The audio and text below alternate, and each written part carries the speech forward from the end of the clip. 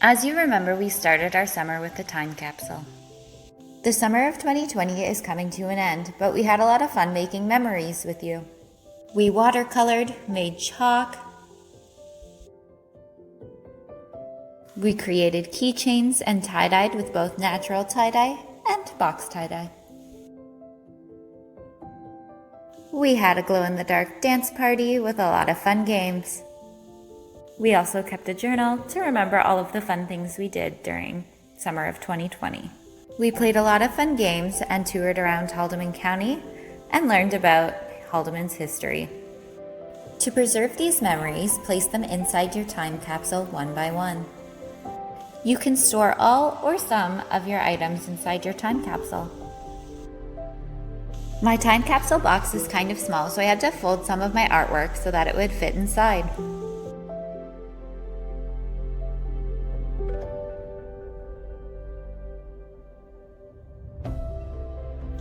I also had to roll up my t-shirt in order for it to fit. Once everything you want is inside your time capsule, place the lid on top, snap it shut, and put your time capsule away for the next decade. Today we will be making tie-dye cake to celebrate the end of summer 2020. For this activity, you will need any recipe for a white cake or a boxed white cake. Butter or oil, eggs, we used egg replacer, food coloring, spoons, small and large mixing bowls, a mixer, a pan or cupcake tray with cupcake liners, frosting, and sprinkles. Your first step is to take one of the large bowls and the cake mix and dump it into the bowl.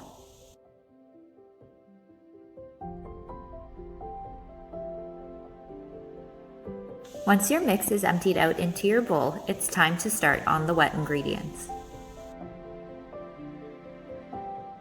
Next, you will need 1/3 of a cup of butter. Measure out your butter using a measuring cup and a knife. Once your measuring cup is full, scoop the measuring cup out into a bowl to be microwaved. Place the bowl in the center of the microwave and microwave for 30 seconds, or until fully melted. Have an adult help you take the butter out of the microwave as it will be hot. Once the butter is melted, it's ready to go into the cake mixture. Pour the butter into the cake mixture, and now it's time for your eggs. You can use regular eggs if you'd like. We chose to use egg replacer. We used 1 heaping tablespoon, and then we added our water. If you do use the same cake mix, you will need 3 large eggs. Next, we can add our water. This recipe requires 1 cup of water. Once all of our ingredients are in the bowl, we can mix. You can use an electric mixer, which is highly recommended, or you can use a spoon to stir. Mix the batter until smooth with no lumps. Once your batter is ready, separate the batter into different bowls. You will need multiple bowls for the many different colors you will use in this cake. We used 5 different colors, so 5 bowls. Once your batter is separated, you can add in the colors using your food dye. Add a few drops to each bowl.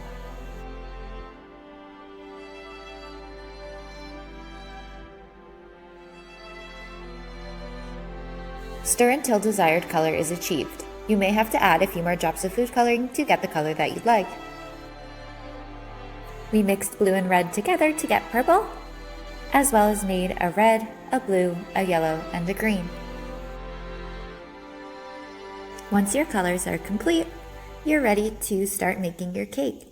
Spoon the colors into a greased pan. Start with one color. We chose to start with our purple batter, and pour some of that batter in at random. Next, take a different color and layer over top. Spoon your colors all over your pan. Don't worry about mixing.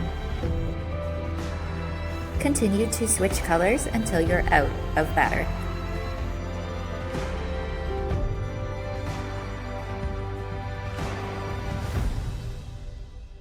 Once you're out of batter, your cake is ready to bake. We took a paper towel and wiped off the excess batter. The last step before the cake goes in the oven is to take a knife and draw a zigzag pattern to mix the colors together. Don't overmix or this will cause your colors to brown. The cake goes in the oven at 350 for 26 minutes, or until your toothpick comes out clean. Have an adult help you place your cake in the oven and take it out.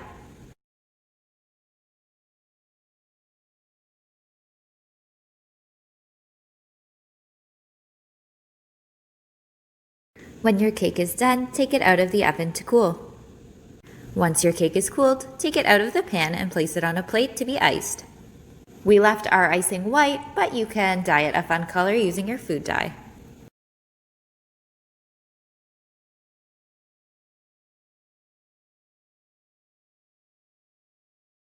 We added sprinkles to our cake for a little extra color.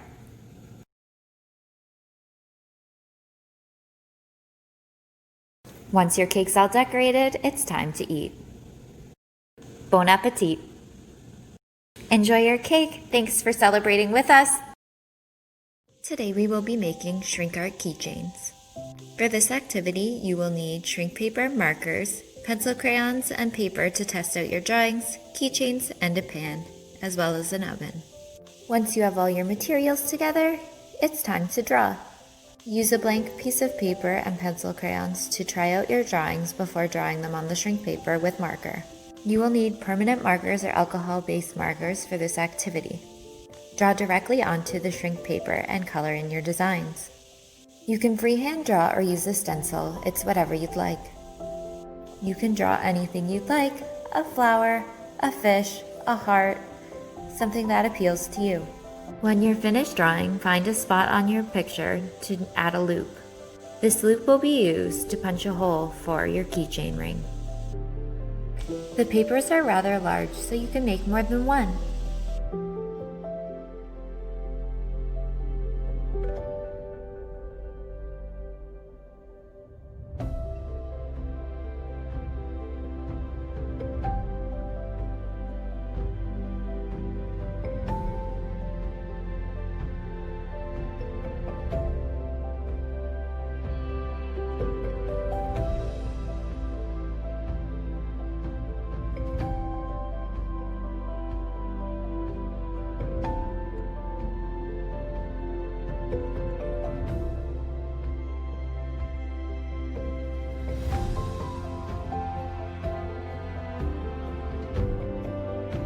Once you're finished drawing, it's time to cut out your designs.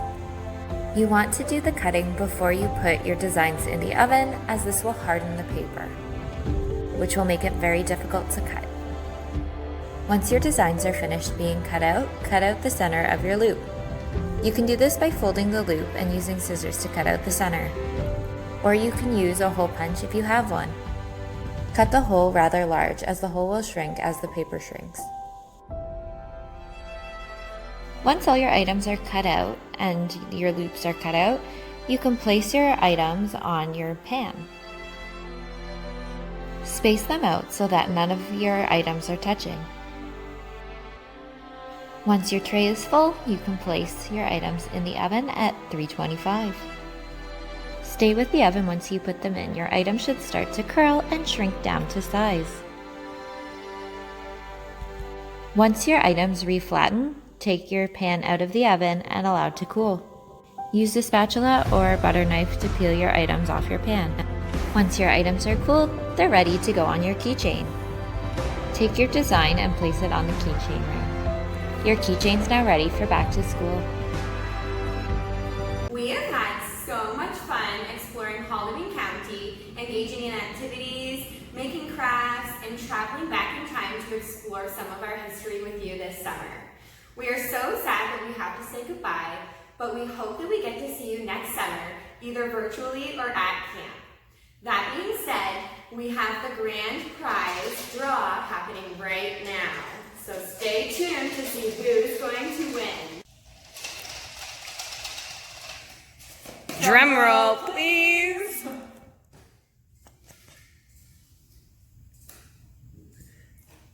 Colt Massey, congratulations, you're our grand prize winner. Have a great school year. Bye. But wait, there's more. Although our contests are now finished, we will be continuing our Discovery Days and Throwback Thursday videos throughout fall. We will be doing fun activities every Wednesday, and providing you with a blast from the past on Throwback Thursdays. If you enjoyed following along with our virtual programming this summer, please stay tuned.